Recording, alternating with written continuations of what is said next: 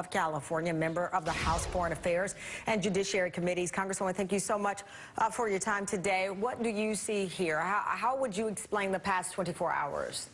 Well, as chaotic, and it makes me wonder, though, because I think he's doing a lot of things that seem a little crazy, but on the other hand, I'm beginning to wonder whether or not he's crazy as a fox. For example, in saying that 3 million people voted illegally, really creating this notion of a conspiracy.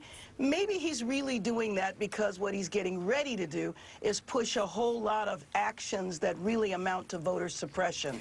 And so what he's doing with Mexico, maybe that's a ruse because he's going to push through some anti-immigration policies, maybe, you know, disbanding DACA or doing deportations. And so I'm beginning to wonder if he's doing a lot of theater so that we're all distracted while he pushes through very negative policies. Well, this was a pledge he made on the campaign trail that he would build a wall and that Mexico would pay for it. So it is possible that some of the other agenda that you laid out is something that he is considering, but this was a pledge he made. This was something Democrats knew would be possible if he were elected, and that's where we are now.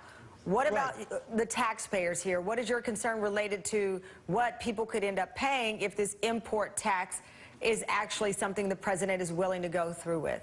Well, again, I think when he pushes forward those policies, he's not taking into consideration all of the unintended consequences. And so, you know, we were listening to the elected official from Mexico say, well, fine, if the United States is going to put a tax on us for a product, we'll just go to another country. So he's proposing policies. Maybe he's fulfilling his campaign promises, but in the end, he's not only going to hurt consumers in the United States, he's also going to hurt U.S. businesses. Well, so, we know approximately 6 million U.S. jobs depend on trade with Mexico. That is from the stat from the U.S. Chamber of Commerce.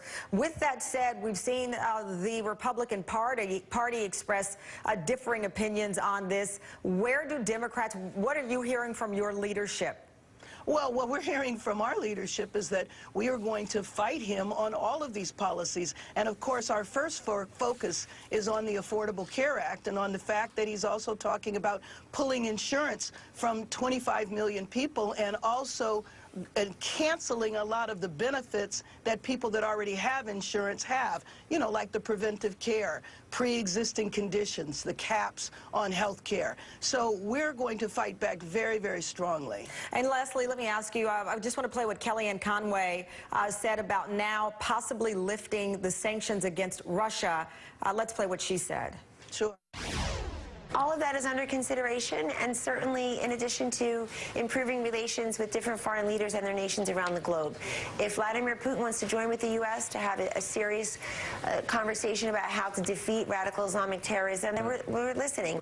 As mentioned, you're a member of the House Foreign Affairs and Judiciary Committee. We had heard talk of this before the election, that this would be something that Mr. Trump would consider doing. What are your thoughts? How could you possibly consider lifting sanctions on Russia when it has been documented and well known that they just interfered in our election? That's not even taking into consideration all that Russia is doing on the international stage. So, in my opinion, I think, especially on my Committee on Foreign Affairs, I hope we look at Russia. I think the will of Congress is to actually increase sanctions, not lift sanctions. I think that's absolutely the wrong way to go. We need to have an investigation to find out exactly what was Russia's involvement in this election, and was the Trump campaign involved with Russia? We need to know the answers of this. It's ridiculous to think about lifting sanctions at this point in time. Congresswoman Karen Bass, thank you. Thanks for having me.